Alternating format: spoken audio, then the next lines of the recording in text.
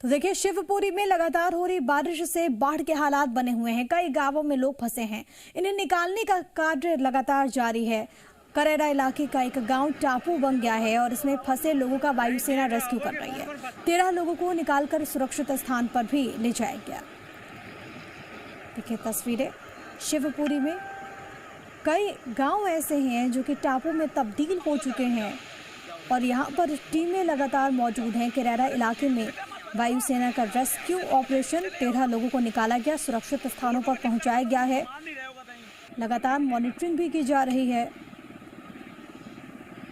और जी मीडिया संवाददाता दीपक अग्रवाल इस वक्त जुड़ गए तमाम जानकारी के साथ। दीपक, फिलहाल ताजा स्थिति क्या कुछ है? रेस्क्यू ऑपरेशन को लेकर आपके पास क्या अपडेट? देखिए प्रिया, दरअसल मैं बता दूं, शिवपुरी जिले में जो लगातार बारिश हो रही है, कई ग्रामीण क्षेत्र टापू में तब्दील हो चुके हैं।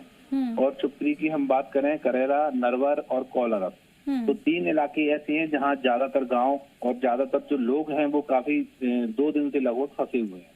तो उसमें भी वायुसेना और होमगार्ड टीम की जो सैनिक हैं वो और एनडीआरएफ की टीम ये लगातार प्रयास कर रही है और सफलतापूर्वक भी रहा है।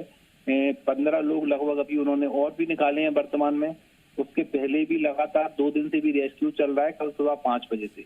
और आज भी एनडीआरएफ की टीम भी है, वायुसेना के भी लोग हैं और आज हवाई दौरा भी था सीएम का, तो वो भी यहाँ तक नहीं पहुँच पाए क्योंकि मौसम की वजह से वो ग्वालियर से निकले लेकिन वो वहां तक नहीं पहुंच पाए। तो कहीं ना कहीं मौसम विभाग की भी चेतावनी है, उसके चलते भी कहीं ना कहीं एक चुनौती बन चुकी है इन लोगों को, क्योंकि बारिश का जो बहाव है वो काफी तेज है, पानी का भी उफान पर है। इसी के चलते नदी नालाओं का जो वाटर लेवल है वो काफी ऊपर जा रहा है। इसी के चलते इन लोगों को रेस्क्यू करने में काफी परेशानियों का भी सामना करना पड़ रहा है। हालांकि लगातार 3 दिन से हो रही बारिश के चलते आज थोड़ा सा उसमें रिलीफ कह सकते हैं कि कहीं ना कहीं वाटर लेवल अब धीरे धीरे कम होता जा रहा है, तो कहीं ना कहीं सफलतापूर्वक दिखाई दे रहा है इनका रेस्क्यू ऑपरेशन। ठीक है, कई सारी बाधाएं आ रही हैं लेकिन प्राथमिकता ये है कि लोगों को महफूज जगह पहुंचाया जाए। बहुत धन्यवाद आपका दीपक, तमाम बातचीत और जानकारी हम तक पहुंचाने के लिए। इधर शिवपुरी, श्योपुर और दतिया में बाढ़ प्रभावित इलाकों का हवाई सर्वे करने के बाद सीएम शिवराज सिंह ने ताजा हालात की जानकारी दी। सीएम शिवराज सिंह के अनुसार पार्वती, सिंध और कुनू नदी का पानी कम हो रहा है, लेकिन अभी खतरा पूरी तरह से टला नहीं है क्योंकि मौसम विभाग ने 48 घंटे में बारिश की चेतावनी जारी की है। सीएम के अनुसार सबसे अधिक चिंता अब भिंड और मुरैना को लेकर है क्योंकि चंबल नदी का पानी लगातार बढ़ रहा है और इसलिए दोनों जिलों में सेना तैनात करने का फैसला लिया गया। सीएम ने बताया कि सेना की 2 और टीमों को बुलाने के लिए एनडीआरएफ और इसके साथ ही एनडीआरएफ और एसडीआरएफ को भी भिंड मुरैना भेज दिया गया। सीएम के अनुसार अब तक करीब 4000 लोगों को सुरक्षित बचाया जा चुका है। प्रभावितों के खान पान की व्यवस्था करना सरकार की प्राथमिकता है। सीएम ने कहा कि खराब मौसम की वजह से वो आज मुरैना और भिंड नहीं जा सके, लेकिन जल्द ही वो दोनों जिलों का भी हवाई सर्वे करेंगे।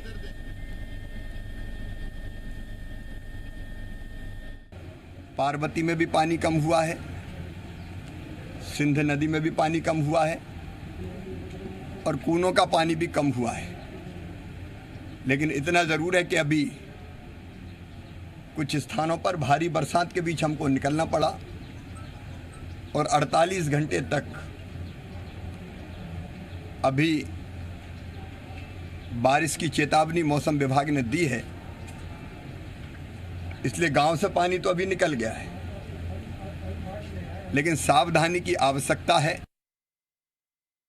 लगभग 3975, अब लगभग 4000 के आसपास नागरिक भाई बहन ऐसे हैं जिनको सुरक्षित निकालने में हम सफल हुए हैं। ग्वालियर संभाग में और श्योपुर जिले में भी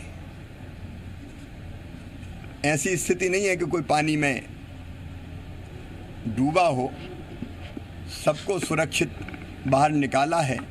श्योपुर जिले में भी काम चल रहा है, हालांकि पानी नीचे चला गया है, लेकिन ऐसे मकान जिनमें पानी घुस गया था उनसे बाहर निकालना लोगों को ज़रूरी है ताकि और दुर्घटना के कारण कोई नुकसान ना हो जाए।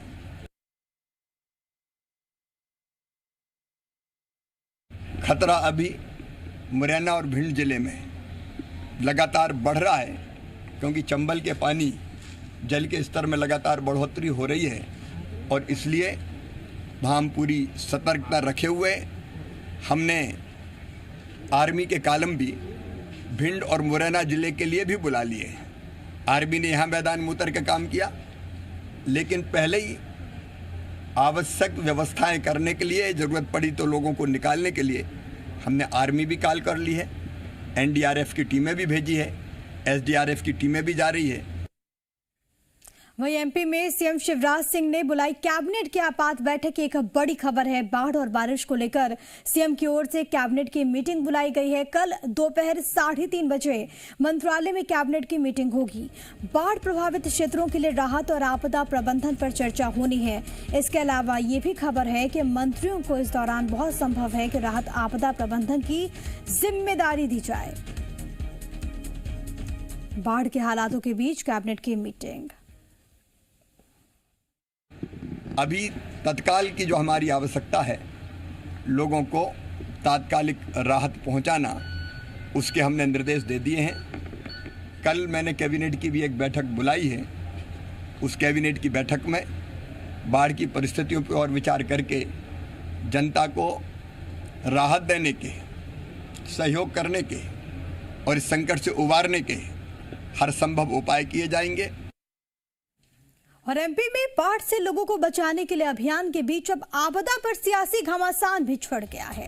कांग्रेस ने बाढ़ से निपटने की तैयारियां नहीं होने का आरोप लगाते हुए सरकार और प्रशासन को घेर दिया। साथ ही पुल बहने की घटना की न्यायिक जांच की मांग की गई है। कांग्रेस ने आरोप लगाया कि बाढ़ प्रभावितों को खाना देने के बजाय बिस्किट्स बांटे जा रहे हैं। वहीं बीजेपी ने आपदा पर सियासत को शर्मनाक बताते हुए कांग्रेस के बयान को घटिया मानसिकता करार दिया। साथ ही कांग्रेस ने राहुल बुद्धि का ज्ञान नहीं देने की नसीहत भी दी है।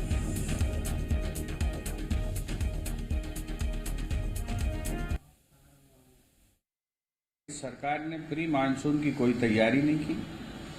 हमारे जो प्रशासनिक अधिकारी हैं, कलेक्टर्स हैं, उन्होंने समय पर अलर्ट जारी नहीं किए। अंग्रेजों के खड़े हैं पुल 100 साल पुराने, कांग्रेस सरकार के पुल खड़े हैं 50-50 साल पुराने, और ये 10-10 साल में इनके पुल ढह रहे हैं। ये किस गुणवत्ता का काम कर रहे थे आप? इसकी जांच होनी चाहिए, जुडिशियल इंक्वायरी होनी चाहिए। बाढ़ में तुम जो पार्ले जी के बिस्कुट बांट रही है सरकार, ये हालत है मध्य प्रदेश की।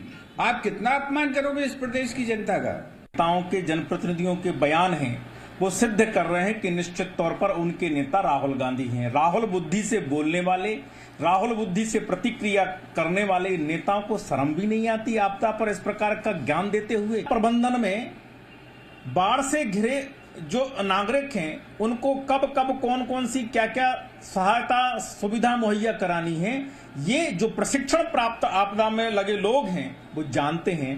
कांग्रेस डाइनिंग रूम में बैठकर ज्ञान ना दे। बड़ी खबर ग्वालियर से है, जहां पर पूर्व मंत्री अनूप मिश्रा का अधिकारियों पर निशाना।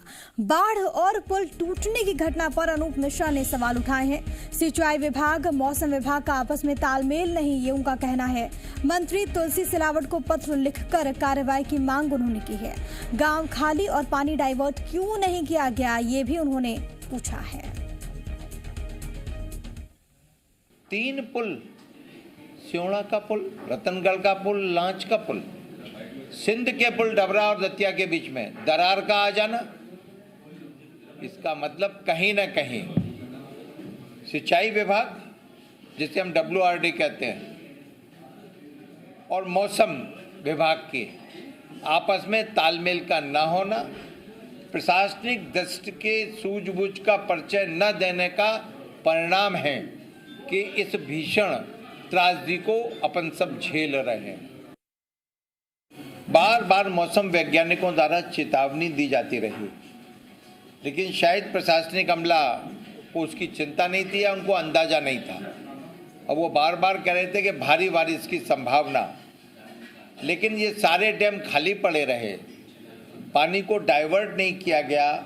मैं इसके लिए आदरणीय प्रभारी मंत्री और WRD मिनिस्टर, चूँकि उनके पास ही WRD विभाग भी है, उनको मैंने पत्र लिखा है और उनसे अपेक्षा की है कि इस सारी गलतियों के लिए संबंधित अकाउंटेबिलिटी किसी न किसी की तो फिक्स की जानी चाहिए कि गलती किससे और कहाँ हुई। और आपदा पर जारी सियासत पर देखिए रात 8 बजे आपकी आवाज।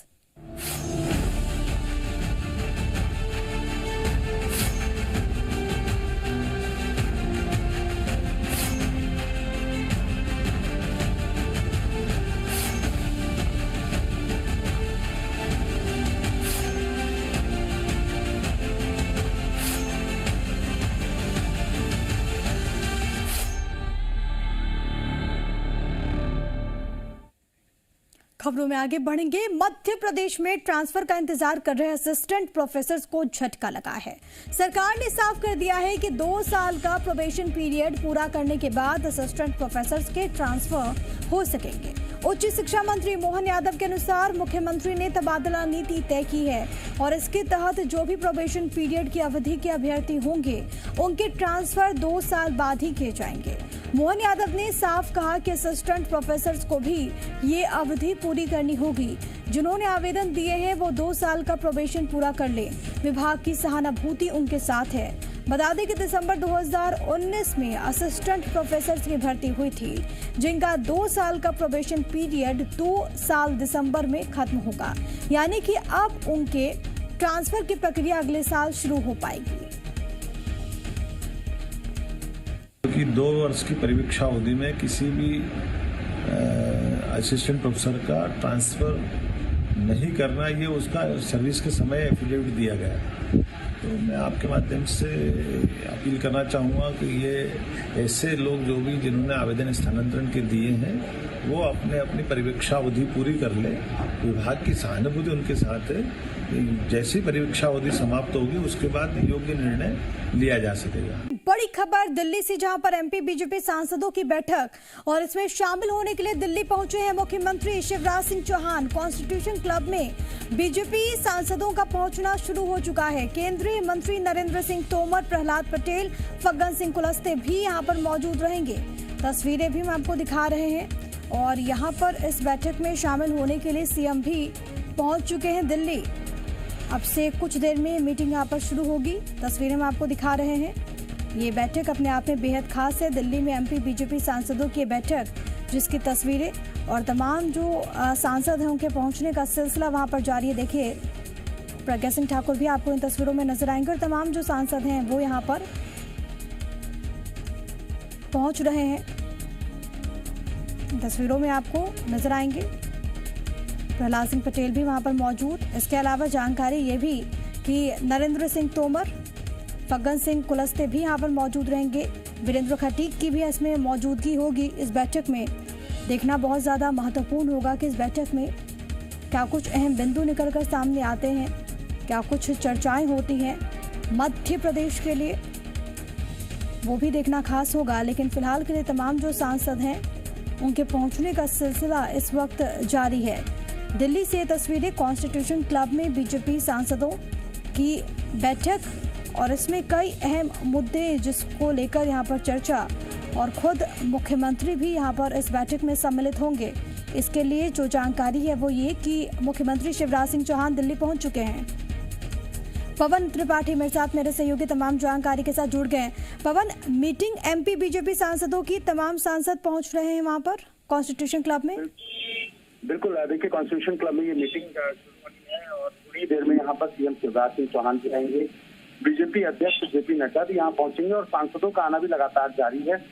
काफी सांसद यहाँ पहुंच चुके हैं। लगभग 37 सांसदों को यहाँ पर पहुंचना है। ये एक होती है सांसदों के साथ शिवराज सिंह चौहान और बीजेपी के राष्ट्रीय अध्यक्ष का सम्मेलन है और इस सम्मेलन में लगातार सांसदों का आना लगातार जारी है। अगर बात करें तो साथी प्रज्ञा ठाकुर वो पहुंच चुकी हैं, यहाँ पर राकेश भी पहुंच चुके हैं।